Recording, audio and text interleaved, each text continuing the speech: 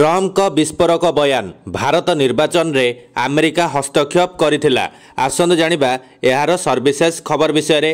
America राष्ट्रपति Donald Trump तांको पूर्ववर्ती जो बाइडेन प्रशासन विरोध रे भारत रे निर्वाचनी हस्तक्षेप नहीं अभियोग आनिछंती। भारत रे क्षमता रे थिबा सरकार को हटाइबा उद्देश्य रे अमेरिकार अनुदान व्यवहार होइथिला बोली ट्रम्प विस्फोरक बयान देइथिबारु एहाकु नै आलोडन सृष्टि होइछि।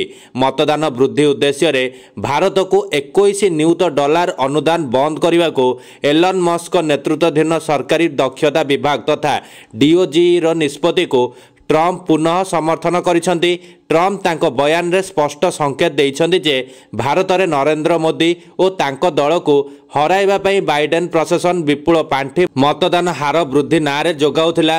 बुधवार राति रे मियांमार रे साउदी अरब सरकारक समर्थित एफआईआई प्राथमिक शिखर सम्मेलन रे ट्रम्प कहिसंती भारत रे मतदान पई आमे काहेकि 21 नियुत डॉलर खर्च करिवो।